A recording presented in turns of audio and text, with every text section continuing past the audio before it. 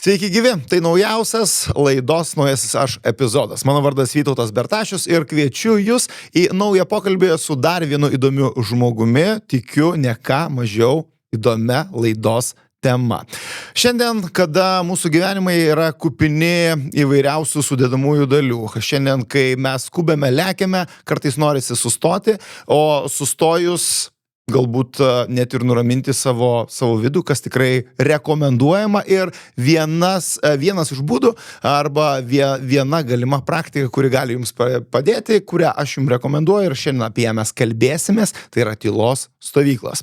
Šiandien labai džiaugiuosi laidoje, turėdamas galimybę pakalbinti žmogų, su kuriuo svajojau dar prieš kurdamas šią laidą, kad jeigu kada nors ši laida atsiras realybėje, galėsiu šį žmogų pats pakalbinti, nes esu matęs ne vieną jo interviu, žinau, kaip tas žmogus nuostabiai bendrauja ir esu buvęs netgi jo organizuojamuose tylos stovyklose. Jūs teisingai supratote, šiandien mes kalbame apie tylą ir tylos stovyklas. O dabar noriu pristatyti jums laidos svečią, kuris vieši pas manęs studijoje, tai yra tylos stovyklų organizatorius. Žmogus užsiemantis daugybę saviugdos praktikų, tai yra ir mokytojas, ir instruktorius, ir noriu jums pristatyti šiandien pas mane studijoje Amandas Paulauskas. Labas. Labas. Džiaugiuosi galėdamas čia būti. Labai džiaugiuosi galėdamas tave pakalbinti ir šiandien mes kalbam apie tylą. Trumpa galbūt tavo paties istorija. Nuo ko prasidėjo tavo paties kelionė, kalbant konkrečiai apie tylą, apie tylos praktikas, galbūt kokia buvo pirmoji tylos tavo praktika, kaip atrodė tavo paties kelionė? Mano tyla prasidėjo Indijoje ir buvo neplanuota. Mes su draugu keliavom aplankyti Indijos, daugiau dėl meditacijos, jogos. Ir turėjom keletą dienų poilsį ir nusprendėm pailsėti ašrame ir ten ašrame buvo tylos praktika. Wow. Tai ta pirmoji tylos praktika labai daug atvėrė, ko yra mano viduje, su ko nenoriu toliau gyventi. Ir tada prasidėjo gilesnis matymas viso to, kas yra viduje ir viso to, ir kaip visu to galiu pasirūpinti, kad gyvenimas būtų lengvesnis. Kiek laiko truko pirmoji tavo praktika? 3 dienas tylėjom. 3 dienas. Ir tai buvo pirmas kartas ir turbūt ta praktika labai panašiai kaip ir pas mus, ar nevyksta be komunikacijos priemonių, be telefonų ir net gal dar rimčiau, nes tai Indija. Ne, telefonus mes turėjom, bet buvom įsijungęs, mes su draugu kartu praktikavom ir vyko praktikos, vyko paskaitos, tarpusavį nebendravom ir su nieko kito. Tai buvo labai gili patirtis ir labai naudinga patirtis kaip pirmą kartą. Noriu teirautis tavęs apie tavo organizuojamas tylos stovyklas, tai ko dažniausiai žmonės tenai atvyksta, nes turbūt tikslai gali būti labai, labai skirtingi. Dažniausiai taip ir yra. Įvairių žmonių susirenka, kuriem yra smalsu pabandyti, kurie jaučiasi emociškai šiek tiek pavargę, kurie nori daugiau suprasti apie meditaciją. Labai įvairių žmonių atvažiuoja. Ar skiriasi tylos stovykla ir, nežinau, tarkim, retrytas, meditacijos stovykla, ar tai, nes tai tarsi panašu, bet turbūt vis tiek galbūt ir tikslai, ir metodikos, tai kas veikiama tų stovyklų metu yra visai kitokios. Gali tylos praktika būti labai skirtinga. Gali būti ten labai daug kalbama, labai daug praktikų, gali būti ir muzikos švelnios, gali būti, kad yra tik viena paskaita ir daugiau ilgos meditacijos arba trumpesnės meditacijos vedamos, tai labai skirtinga. Taip pat kaip ir jogos stovyklos gali būti labai skirtingos. Vienose daugiau dėmesio skiria darbui su kūnu, kitose dėmesio skiria daugiau darbo su kvėpavimu, kitose ritualai įvairūs yra praktikuojami. Tai labai įvairu, taip pat ir tyla yra labai įvairi. Nėra vieno teisingo metodo.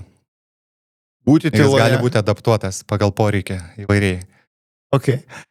Gerai, tai pabandykim taip giliau šiek tiek pažvelgti, ar ne, tai ką mums duoda tyla ir kam ji mums reikalinga, nes dažnas turbūt nebuvęs tylos stovykloje, turbūt, jeigu mes jo paklaustumėm, kiek laiko jisai, nežinau, buvo ilgiausiai tyloje, turbūt tai neatsimena, nes tai nėra tiesiog įprasta, jeigu tu nesidomis saviugda. Pas mus kultūroje nėra labai daug apie tai kalbama. Aš ir pats tai sužinau, turbūt, kai man buvo apie 30 metų, kad yra tokia praktika ir kad gali tokia praktika atnešti naudos. Ir tas pats pirmas kartas tyloj taip pat, kaip minėjau, buvo spontaniškas. Gerai, tai ką mums ta tyla duoda, paskui jau kalbėsim giliau, kaip tai yra kartais, sunku, nors atrodo, kas čia tokio, ar ne, patylėti, tai ką mums duoda ta tyla? Manau, visų pirma, žmogus turi aiškiai pamatyti, kas vyksta jo viduj. Kiek neramios mintis, emocijos sukelia bėdų, kiek išsekina energijos. Ir tada kyla motyvacija kažką su tuo daryti. Ir tylos praktika yra kaip erdvė, nes, kaip minėjau, tylos praktika gali būti adaptuota ir yra tylos praktikoje mokoma įvairiausių praktikų. Gali būti mokoma įvairiausių praktikų. Čia mes kalbame, iš ko susidaro, ar ne, tai kaip pavyzdys tylos stovykla. Paties organizuojamos stovyklos dažniausiai būna savaitgalio, ar ne, ten nuo penktadienio iki... Neilgos. Pažinčiai. Tai labai svarbu, kad būtų motyvacija, aišku, pakankamai didelė žmonių atvažiuoja gavę dovanų dėl rekomendacijų ir tylos praktikoje sužino daugiau apie tai, kaip buvimas tyloje, atsiribojimas nuo telefono gali padėti geriau pažinti mintis, geriau pažinti emocijas ir kai tada pažįsta, gali tada įgyti daugiau laisvės rinktis.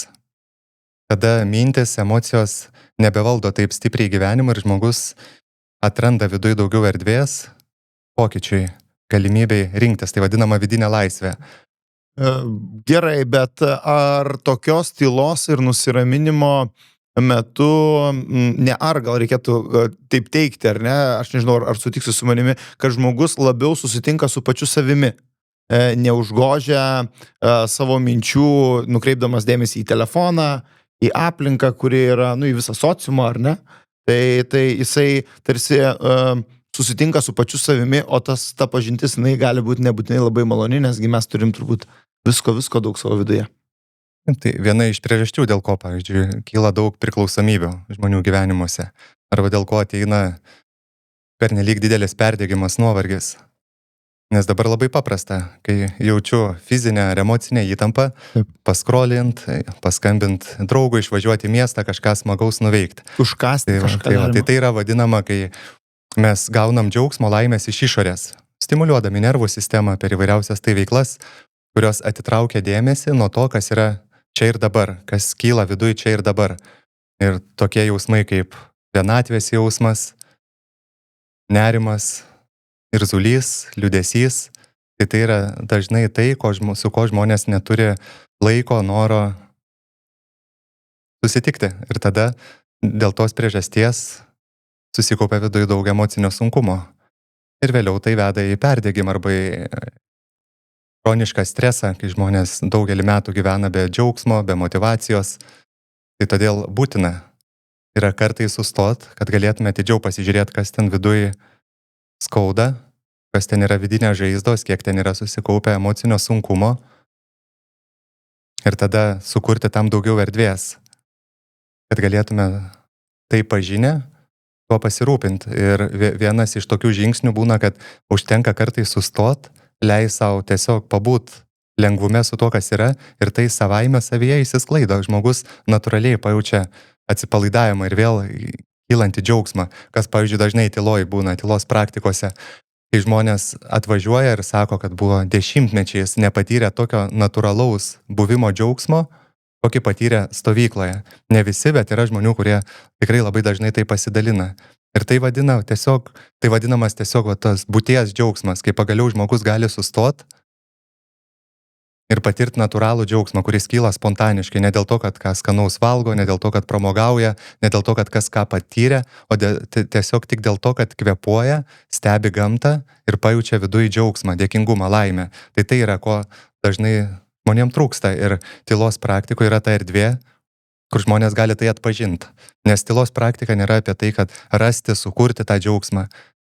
Tylos praktika labiau yra apie paleidimą, kai žmonės nustoja ieškoti, nustoja priešintis ir pagaliau sustodami leidžia visam tam, kas yra, natūraliai išeiti. Ir tada tylos stovykloje, kai mes esam, kas yra labai gerai, ten yra praktikos, kurios išlengvina tą procesą. Ir tada daug lengviau yra atpažinti savį tą erdvę, kurioje mes galim ilsėtis, kurioje mes galim atgauti jėgas.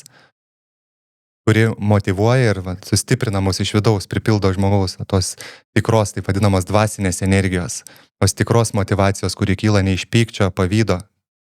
Tai tylos praktika padeda atpažinti tą erdvę viduj, kuri yra pas kiekvieną. Tik dažnas nepastebi, nes nuolat ieško, nuolat dėmesys yra, ką gauti, ko trūksta, kas nepatinka, priešinimasis tam. Tai galima sakyti, kad mes esame aplinkoje savo nuolatos dirginami tokiais, nenatūraliais būdais, ar ne? Pasimame telefoną, ar ne? Linksmas video mums sukėlė, faina, ar ne? Kažkokią tai gerą emociją, bet kad sustoti, įsiklausyti į save ir pamatyti tą grožį ir patirti tą džiaugsmą natūraliais dalykais, stebint, nežinau, gamtą, arba randant galbūt kažkokius atsakymus savo viduje. Gerai, tai ar aš teisingai suprantu, nes, pripažinsiu, aš esu buvęs ne vienoje tylos stovykloje, viena iš jų buvo paties stovykla, kuri buvo mano paskutinė ir man labai patiko. Man tik tai norisi teisingai suprasti ir ne žiūrovui ištransliuoti, kad nurimus, nebenukreipiant dėmesio į išorinius kažkokius ar ne dalykus, o dėmesys, kai yra viduje ir sukilus kažkokiem, nežinau, nemaloniem jausmam, kuriuos aš, nežinau, imdavau ir slopindavau, nežinau, bokalu alaus, gerų filmų, muziką, bet kuo, ar ne? Tai vadinasi, kad tylos stovykloje aš galiu gauti ir kitų įdomių praktikų ir naudingų praktikų, kurios man padės paleisti tai, labiau išjausti tai, arba tai labiau pajausti, arba netgi priimti, kartais mesgi priešinamės, kas yra mūsų viduje, ar ne? Tai ta tylos stovykla susideda iš daug kitų mažų praktikų. Taip? Taip, nes žmogaus kūnas ir protas yra beribiai ir labai daug yra įvairaus lobio. Ir tai yra kaip erdvė, kurioje yra puikios sąlygos geriau pažinti savo protą, savo kūną ir išnaudoti tuos resursus, kurie yra, ir taip pat išmokti su ta gyvenimo dalimi, su ta gyvenimo puse, kurią dažnai dauguma žmonių atstumia, nenori matyti, susidraugauti, suprasti, kad tai nebekeltų priešiškumo, kad tai priešingai būtų kaip motyvacija, kaip įkvėpimas, kaip mokytojas, nes jis sako įvairiose tradicijose, kad didžiausias mokytojas ir artimiausias mokytojas tai yra pats gyvenimas, bet ar žmogus yra pabudęs, ar žmogus mato, ar žmogus yra atviras mokytis. Dažnai ne, nes kaip tavo pavyzdys toks, kai kyla situacijos, kada žmogus natūraliai atideda, nukreipia dėmesį kitur ir kartais tai yra gerai, bet šių laikų visuomenėje, manau, to yra ryškiai per daug, todėl labai gerai yra erdvės, kuriuose galima nurimti ir kur žmonės gali pamatyti, kad kiek iš tikrųjų nuostabių resursų yra mūsų kūne, kurios galima pažadinti per įvairias praktikas ir jausti daugiau gyvybingumo, daugiau žvalumo, turėti geresnę sveikatą. Ir tai sąlygoja ir geresnę nuotaiką, ir įkvėpimą, ir kiek galinga yra mūsų vizualizacija, mūsų dėmesio valdymas, mūsų pasąmonė, mūsų atmintis ir visa kita. Tai galima auginti, puoselėti ir išnaudoti siekiant įvairių gyvenimo tikslų, kad Gerai, aš noriu tada pabandykime pasikalbėti apie tylos stovyklos visą programą, ar ne? Tai tiksliau, ar ne, aš sakau, kad yra daug visokių įvairių praktikų, ar ne? Tai ką žmonės ten veikia, kuo jie gali naudotis, mes čia užsiminėm, kad telefonais negalima naudotis ir kuo galbūt negalima naudotis, užbėgsiu įvykiam už akių, man buvo atradimas, kad negalima skaityti, rašyti galima kažkaip, ar ne? Rašyti galima, bet skaityti negalima, kas yra visiškai logiška, nes tu nukreipi dėmesį kažkur kitur. Tai kaip atrodo ta programa stovyklų, kurias organizuoji pats? Programa iš tikrųjų yra adaptuota žmonėm, kurie niekad nėra buvę tylos stovykloje arba tik pradeda domėtis meditacija, tai todėl ten tikrai nėra sunku. Mes susitinkam kas 2-3 valandas arba praktika, arba paskaitai ir tada aš pasidalinu įvairiom praktikom, įžvalgom. Ir žmonės per laisvą laiką gali pabandyti visą tai pritaikyti praktikoje ir taip pat, ką labiausiai rekomenduoju daryti laisvų metu, tai tiesiog daugiau judėti, pasivaikščioti gamtoj, daugiau laiko skirti poilsiui, miegui, atsipalaidavimui, nes tyla labiausiai moko sustoti. Nes jeigu yra troškimas, siekis, ką nors gauti, patirti, tai dažnai kelia neramumą. Tai tyloj 2 praktikos labai gražiai tarpusavį derinasi, tai galimybė sustoti, iš tikrųjų gerai pailsėti ir kartu mokymasis ilsėti jau moko meditacijos, jau moko kurti viduj erdvę, kurią būtų galima pavadinti kaip tylos erdvę, kaip erdvę, kuri yra palanki poilsiui, kai nustojam ieškoti, nustojam siekti tikslo. Ir galim pasigrožėti gamtą, galim pasivaikščioti be tikslo, tiesiog grožintis, galim leisti savo pamiegoti net keletą kartų. Iš karto klausiu apie miegą, kadangi esu, kaip ir minėjau, buvęs paties stovyklai tylos, kas vyksta su žmogaus kūnu? Labai norisi miego. Aš juokavau po stovyklos, ar ne, savo artimiesiam, ką veikiau, apart to, kad dar net ten meditacijos vyko ir įvairios praktikos, sakau, jau, taip grubiai tariant, miegojau pakampėmis. Vienur ar ne pasnaudžiu, kitur pasnaudžiu, ar ne. Tai toksai atrodo, tu esi tokiame, nežinau, ar tai yra atsipalaiduoja kūnas, ar kas vyksta su kūnu. Dažnai atvažiuoja žmonės pavargę ir kai nelieka išorinių stimulų tiek daug, kai žmonės per praktikas paleidžia įtampas iš kūno, pradeda stiprinti koncentraciją, natūraliai pirmasis praktikos etapas visada, nuo to galima įvardinti, tai prasideda praktika, kad pirmą reikia sukurti sąlygas poilsiui, nes tada, kai pailsim, jeigu esam atsiskirime, tada mes galim, kai iš tikrųjų gerai pailsim, giliau pasinerti į meditaciją ir į praktikas ir tada mūsų protas tampa erdvesnis suprasti ir įžvalga tada būna gilesnė. Tai todėl, kai mes turim tik vieną dieną savaitgalio praktikos, tai yra visiškai normalu ir reikalinga leisti gerai pailsėti ir kartu, ką minėjau prieš tai, labai derinasi su meditacijos praktika, nes tai moko paleisti, nes tai moko būti čia ir dabar, atsipalaiduoti, sukurti sąlygas, kad atsipalaiduotų kūnas ir sukurti sąlygas, kad nurimtų mintis tam, kad galėtume pailsėti. Ir vėliau tai praverčia kasdieniam gyvenime. Žmonės išmoksta geriau rūpintis miego, žmonės išmoksta planuodami savo laiką skirti per dieną gal 10 minučių, gal pusvalandį tiesiog buvimui, ar vaikštant, ar tiesiog gulint fotelį. Ir tai kuria be galo daug vertės. Nes čia kalbam apie sąmoningumo praktiką ir jeigu žmogus negeba sukurti sąlygų arba jam tai nėra svarbu sukurti sąlygų, kad gerai pailsėti dėl to, kad kūnas būtų sveikas, kad protas būtų ramus, tai tada labai sunku kalbėti apie tolimesnį žmogaus kelią siekiant savo tikslų, nes nuovargis ir neramus priešas ir neramus protas tada bus didelės kliūtis. Tai todėl labai svarbu pirmą išmokti atsipalaiduoti, pasirūpinti savo poilsiu, išmokti proto nuraminimo praktikų, tam, kad vėliau galėtų kilti protė įžvalga ir galėtume pasirūpinti tuo, kas mums yra svarbu gyvenime.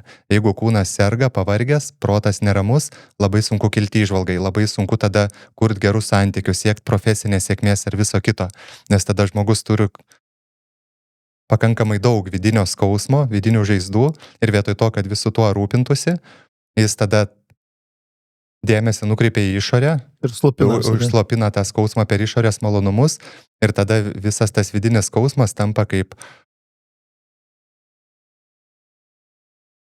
tuo, kad visas tas vidinis skausmas tada atima be galo daug energijos. Ir žmogus tada pradeda gyventi išgyvenimo lygmenį.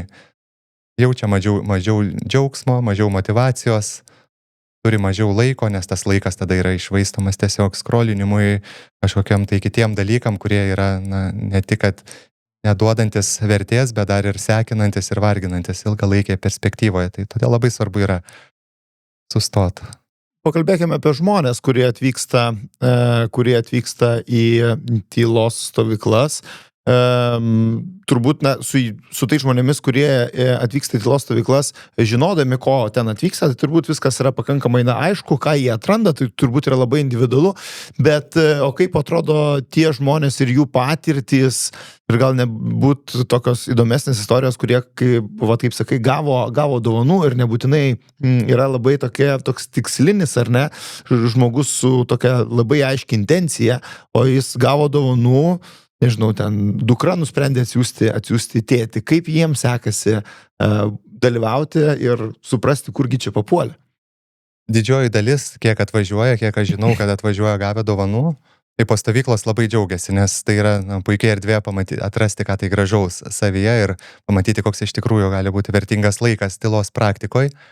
kad yra žmonių kartais, kurie atvažiuoja uždari ir yra labai kritiški ir tada labai sunku yra, na,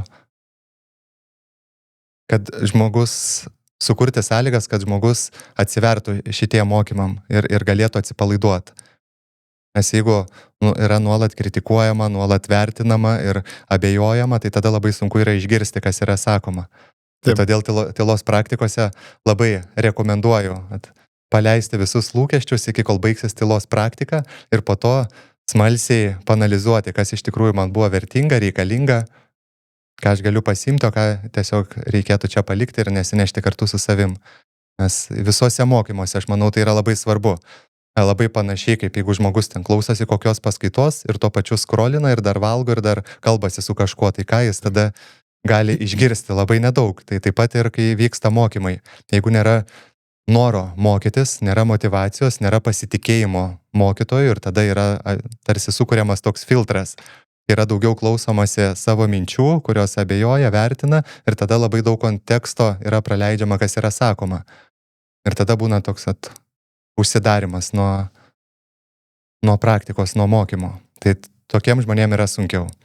Todėl labai svarbi yra motyvacija ir pasitikėjimas. Tai tada leidžia suprasti, leidžia pasinerti. Tai žmonės atvykę savaitgaliui, aš kartais ar net gal tokius elementarius dalykus noriu ištransliuoti ir išversti, kad jie skambėtų kiek įmanoma paprasčiau ir suprantamiau. Nes kai kartais mums kažkas yra galbūt elementaru, bet ne visiems tai elementaru, tai viena iš mano laidos misijų ir nekalbėti apie viską labai paprastai. Tai tylos stovykloje žmonės neleidžia visą laiką tyloje. Jie tik tai nekalba, nenukreipinėja savo dėmesio, ar ne, į telefonus, į knygas, į dar kažkur, bet kalba, kaip pavyzdys, ar ne, mokytojas, kaip pats, ar ne? Taip, garso mes turime tenai. Taip, dažnai groja švelni muzika, meditacijos yra vedamos, kvėpavimo praktikos, paskaitos, galima užduoti klausimus raštu, kartais padarau erdvę po paskaitos, kai leidžiu paklausti, jeigu kas nori paklausti. Žodžiu, todėl tai yra švelnu ir adaptuota visiems, kad tai nebūtų, kad niekada nekalbu ir jeigu kas net ir sudėtingo vyksta, kad negaliu nieko pasakyti, tai nėra apie tai yra apie sąmoningumą. Kiek žmonių dalyvauja paprastai tokioje praktikoje? Apie 20 žmonių. Apie 20 žmonių atvyksta. Ir paties stovykla, aišku, aš esu buvęs, tai žinau, kaip tai atrodo ar ne, vyksta tokioje erdvėje, kuri yra šalia miško, jinai tokia net iš savęs labai tokia sakrali ir tokia turinti tokios labai charizmos. Tai ką žmonės paprastai kalba išvažiavę, tiksliau po stovyklos, neišvažiavę, bet po stovyklos, nes stovyklos pabaigoje vyksta, ar ne, toksai pasidalinimas, ką žmogus suprato, ką suvokė, ką paprastai jie kalba, kaip atsiliepia. Dažniausiai žmonės džiaugiasi tą patirtim, nes tai būna puikia patirtis, kai galima geriau supras save, taip pat puikia erdvė gerai pailsėti. Tai dažniausiai žmonės būna džiaugiasi, yra laimingi, išvažiuoja su daugiau energijos, su įžvalgu, ką gyvenime galėtų daryti kitaip, su įrankiais, ką galima pritaikyti per kvėpavimą, per įvairias kitas sąmoningumo praktikas, gerinant miegą, gerinant įvairias kitas gyvenimo sritis, visais tais įrankiais, ko mokomės tylos stovykloje. Bet aišku, tai yra praktika neindividuali, atvažiuoja įvairių žmonių, ir tikrai tai nėra tai, kas turi visiems ir visada patikti ir būti naudinga. Bet tokių žmonių pasitaiko labai retai, kurie nejaučia noro tęsti praktikos toliau, pasibaigus. Pasitaiko, kad žmonės nusprendžia, nežinau, pabuvę vieną dieną, sako, jau ne, ačiū, man čia nelabai. Yra buvę keletą kartų. Keli kartai yra buvę, kai žmonės išvažiavo. Vienas kartas buvo, kai paprašiau išvažiuoti, nes buvo 2 tokios moteris, kurios kalbėjosi ir po kelių perspėjimų vis tiek kalbėjosi ir po to pasakė, kad mums tik tai norisi kalbėtis ir mes išvažiuosim. Tai viena tokia patirtis buvo, kita patirtis buvo, kai atvažiavęs vyras ir moteris buvo gavę dovanų ir atvedė juos kaip staigmeną, net nežinojo, kur važiuoja. Tai pabuvę iki šeštadienio vakaro, tada išvažiavo. Tai tokias 2 patirtis, kai žmonės išvažiavo. kurias galiu papasakot. Tai čia tie turbūt pavyzdžiai, kur žmonės ne visai suprato turbūt vieni, kur važiuoja, o kiti nežinojo tiesiog, kur važiuoja. Noriu pasiteirauti apie ilgesnę tylos praktiką, ar ne, kuri, pataisyk mane, jeigu aš klystu, vipassana, ar ne, tai yra 10 dienų, ar jinai būna ir ilgiau, kas vyksta tokių praktikų metu ir ką žmogus gali atrasti nuvykęs į tylą, išėjęs į tylą, būdamas tyloje ilgiau laiko. Aš tradicinių vipassanos meditacijų ar stovyklų pagal Goenkos metodiką, kuri yra populiariausia 10 dienų, toks konceptas, aš šitų praktikų nevedu. Aš vedu savaitės laiko tylos praktikas. Čia jau ta ilgesnis, ar ne? Ne Tai savaitgalio, ilgesnis, būna 4-6 dienų. Taip. Tokios stovyklos, kad darau keletą kartų per metus. Tai yra tikrai gilesnės ir vertingesnės stovyklos. Aišku, tam reikia motyvacijos, noro. Ir žmonės atvažiavę tikrai pajaučia daug daugiau vertės, negu pabuvus vieną dieną. Nes dažniausiai, kai žmonės būna išvažiavę, kai kalbėjom apie pasidalinimus, tada labai daug žmonių sako, kad dabar protas, kai nurimo, jau reikia išvažiuoti ir tikrai norėtųsi pabūti dar ilgiau. Nes būna pirma diena adaptacijai, pripratimo ir tada sekmadienį, kai jau stovykla po pietų baigėsi, žmonės pripranta prie aplinkos, tada labiau atsipalaiduoja, bet jau reikia išvažiuoti. Ar yra žmonių, kurie, nežinau, dar bando kaip nors laužyti stovyklos taisyklės, ne tik, nežinau, bandyti kalbėtis, kas yra turbūt visa esmė, vis tiek, nežinau, atsiveža antrą telefoną, nes ir telefonai yra sudedami ir išskirtiniu atveju, žinau, kad kažkaip paties kontaktai yra duodami, jeigu, nežinau, reikėtų gimnaičiam ar kažkam. Taip. Tai ir sudėti gali taip pat savo norą, aš tai rekomenduoju daryti. Jeigu nori, gali pasilikti savo, tik tai nėra leidžiama naudoti stovyklos metu. Jeigu yra pamatoma, kad naudojamasi, tada jau yra perspėjimai ir jeigu toliau nesilaikome taisyklių, tada jau reikia nutraukti dalyvavimą stovykloje, lygiai taip pat kaip ir su kalbėjimu. Bet tai buvo tie atvejai, 2 atvejai, apie kuriuos pasakau, kai buvo, kad vienas atvejis, kada paprašiau išvažiuoti, nes buvo jau piktavališkai nesilaikoma, o kitas atvejis buvo, kai žmonės nusprendė, kad galbūt ta praktika netinka ar dėl kokių kitų priežasčių, bet maloniai atsisveikinom ir daugiau jokių nusižengimų nėra buvę, kad kas nesilaikytos praktikos. Tai mes galim čia turbūt ir lengvai paanonsuoti, kad visos tavo vedamos praktikos, tuo pačiu, aišku, ir tylos stovyklos, jas žmonės gali atrasti paties puslapyje, ar ne? Taip. amandas.paulauskas.lt. Labai gerai. Tai mes darom reklamą ir visiems labai rekomenduojam. O dabar klausiu apie tylos praktikų apskritai reikšmę istorijoje, ar ne? Iš kur tai atkeliavo, tai yra istorinė, nežinau, šiek tiek istorijos. Vienuoliai praktikuodavo, kariai, gal iš tos pusės gali šiek tiek papasakoti. Jo, tai yra erdvė, kuri, manau, kad ypatingai reikalinga yra prieš priimant svarbius sprendimus, nes kitaip jie gali būti priimti spontaniškai ir gali būti padaroma klaidų, todėl dauguma ar karių, ar filosofų, ar kitų, sakykime, galingų asmenybių atsitraukdavo į tylą prieš svarbius momentus. Tam, kad viskas nurimtų ir tam, kad atsirastų daugiau aiškumo ir galėtų priimti palankesnius sprendimus. Lygiai taip, kaip pavyzdžiui, ir kovotojai, ar ne, ar bet kokiam sporte, ar anksčiau kariai taip pat prieš mūšius ką darydavo.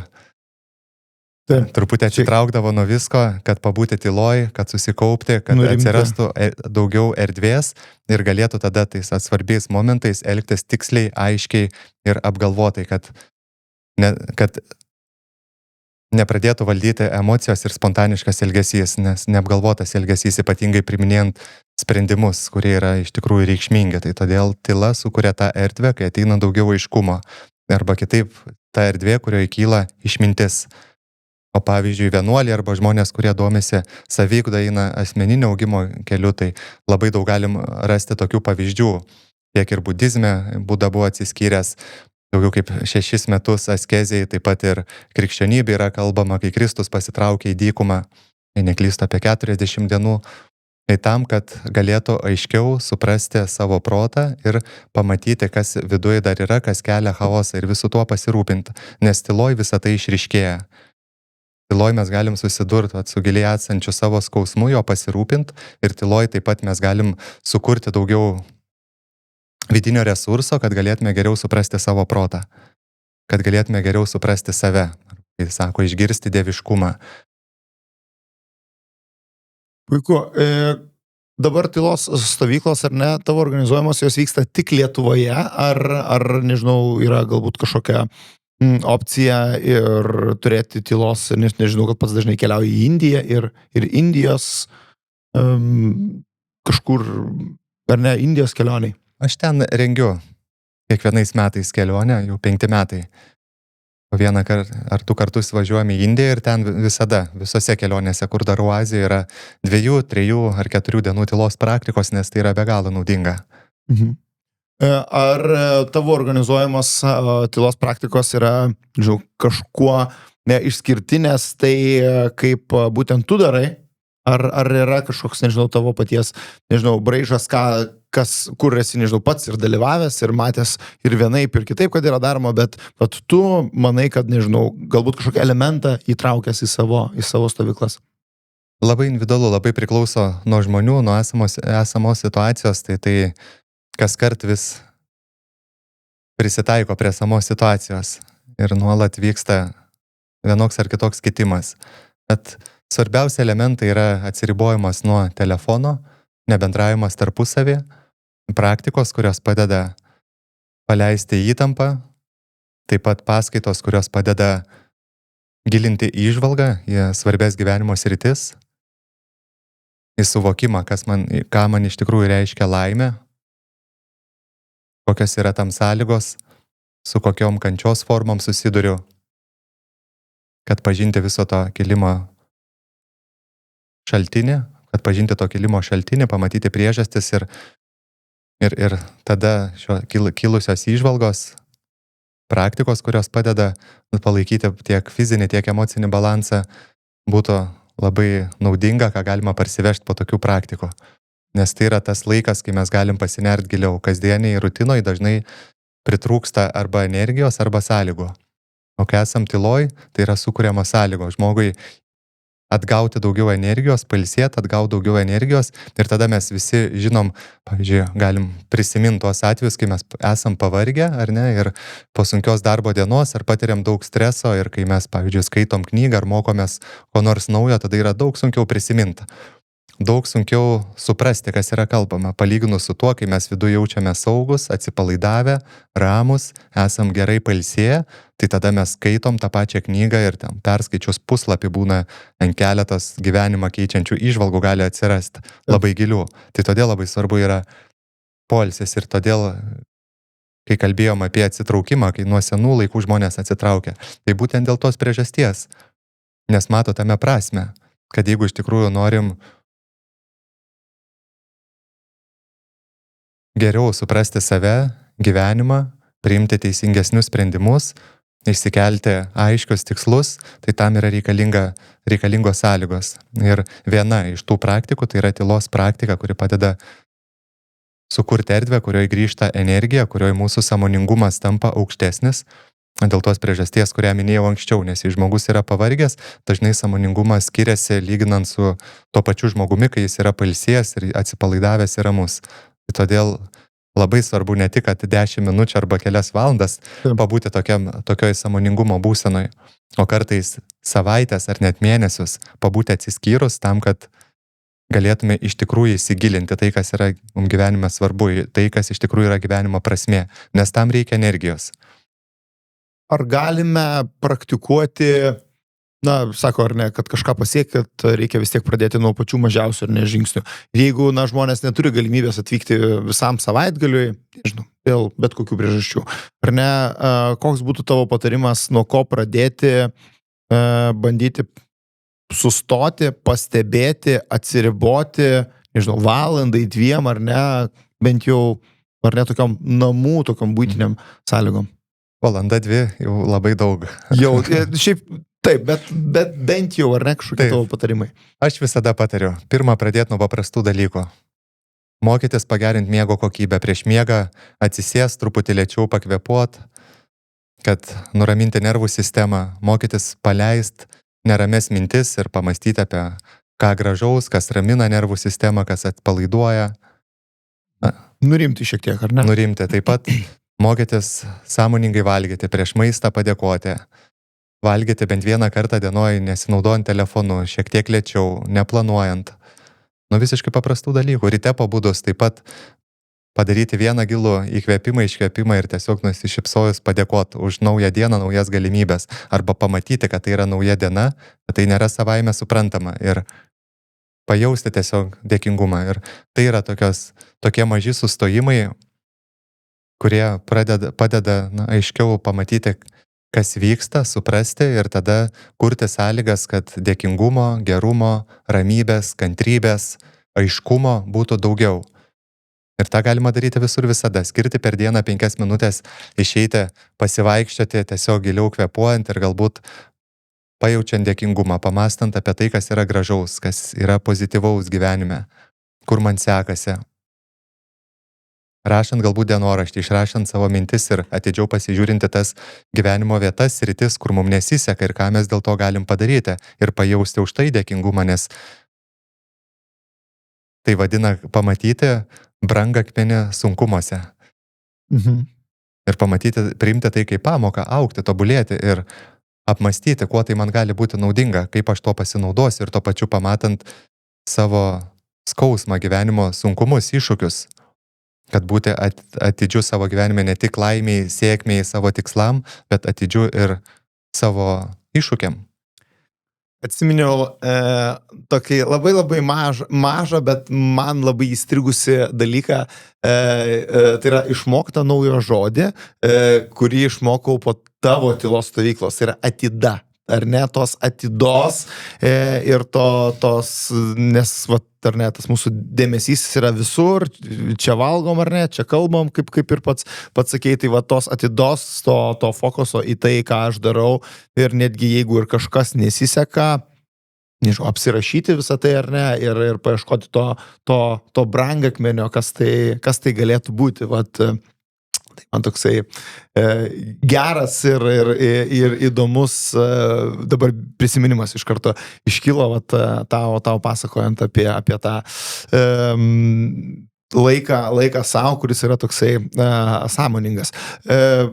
Man patiko labai tavo kvietimas pasivaikščioti, kiek gamta mums yra svarbi, nes nemažai gamtos yra ir tylos stovykloje, tiek pačioje lokacijoje, tiek žmonėm, ką galima veikti, ar ne, vaikščioti ir taip toliau. Kiek gamta žmogui yra svarbi? Labai didelę reikšmę gamta turi, nes mes esam gamtoj, mes nurimstam, mes atsipalaiduojam.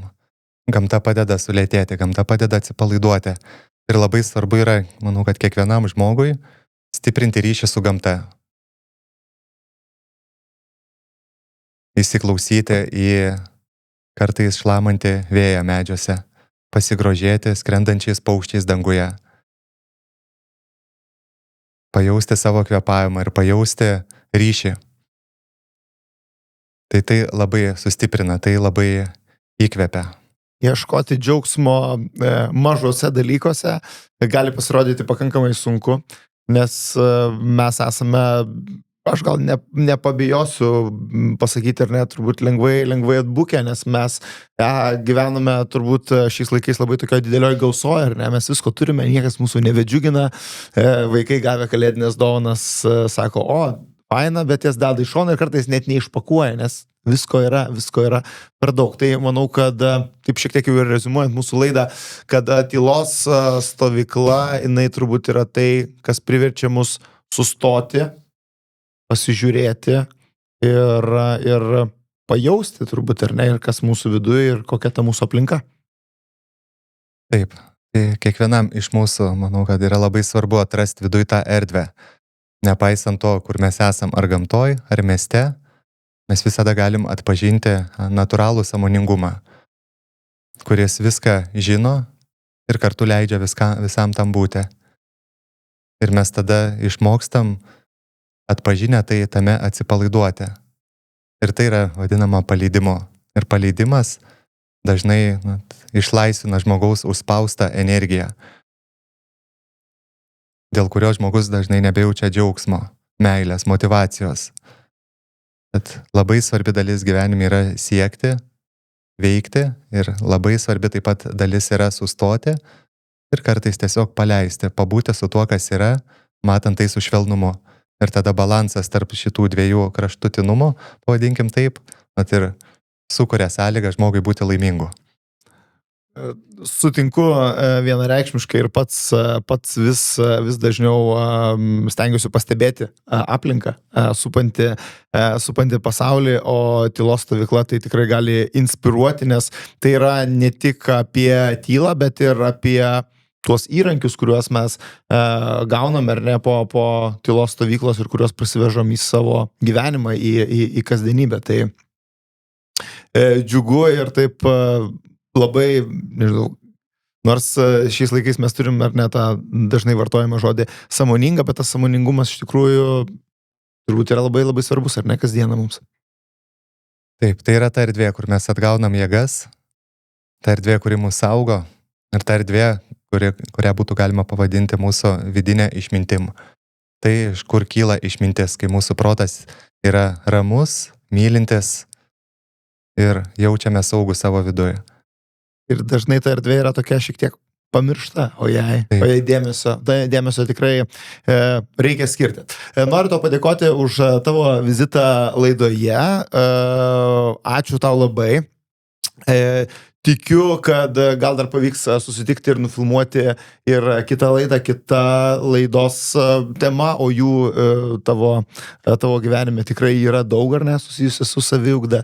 Tai ačiū tau labai ir gal pakviesiu palinkėjimą pasakyti žmonėm tie, kurie nori, bet nedrįsta, svajoja, bet sako, gal kada nors, tai kaip tai padaryti, kad kada nors būtų kur kas greičiau? Rūpinti savim. Rūpinti savo vidinę erdvę, kad ten būtų saugu, gera ir taip pat dalintis šią erdvę ir su visais kitais. Nes kai mes viduje jaučiamės atsipalaidavę, ramus, jaučiam gerumą, tai tada mes galim kurti saugią erdvę ir kitiem. Tai labai verta apmastyti, kiek viduje šios erdvės yra, kiek mūsų viduje yra šios erdvės ir kokia erdvėje mes gyvenam, kokia erdvė mes daliname su kitais. Nes turbūt mūsų išorėje, galima sakyti, yra vidaus atspindys, ar ne? Taip. Nes jeigu viduje mes sugebam sukurti tą erdvę, kurioje mes galim atsipalaiduoti, kurioje galim pajausti daugiau aiškumo, daugiau meilės, daugiau motyvacijos, tai natūraliai tada pats mūsų buvimas ir kuria aplink mus tokią erdvę. Tai todėl tai yra atsakomybė ne tik prieš save patį, bet ir taip pat prieš savo mylimų žmonės. Nes kuo daugiau viduje mes jaučiam įtampos, sumaišties, chaoso, natūraliai tada visų tuo dalinamės ir su kitais. Tai todėl tai yra motyvacija ne tik dėl savęs, bet tai taip pat, jeigu iš tikrųjų norim pasirūpinti kitais, savo brangiai žmonėmis, tai visų pirma turim išmokti pasirūpinti savim. Nes jeigu mes patys jaučiam nerimą, esam išsiblaškę, nelaimingi, tai kaip mes tada galim padaryti kitą laimingą? Dažniausiai tada mūsų bandymai bus neteisingi, klaidingi, nes jie bus iš nežinojimo. Kadangi ir pats žmogus nežino galbūt tiksliai, kas man gyvenime yra laimė ir siekia laimės netinkamais metodais ir pats yra ne iki galo save išpildęs, realizavęs ir tada yra labai sunku ir kitą padaryti savo mylimą, artimą žmogų taip pat laimingu. Tai todėl man asmeniškai tai yra labai stipri motyvacija praktikai. Trumpiau tariant, ar ne, visada reikia pradėti nuo savęs ir tuo pačiu tam ir mūsų aplinka taps kitokia, stebuklinga arba ta, apie kokią mes svajojame. Tai dar kartelį tau dėkoju už tavo laiką. Čia buvo laida Naujasis aš. Šiandien su Amandu mes kalbėjomės apie tylos stovyklas, į kurias jūs ir kviečiame atvykti. Daugiau informacijos galite surasti amandas.paulauskas.lt ir ten ne tik apie tylą, bet ir daug kitos įdomios informacijos, bei aišku, renginių. Tai ačiū tau dar kartą. Ačiū tau už kvietimą.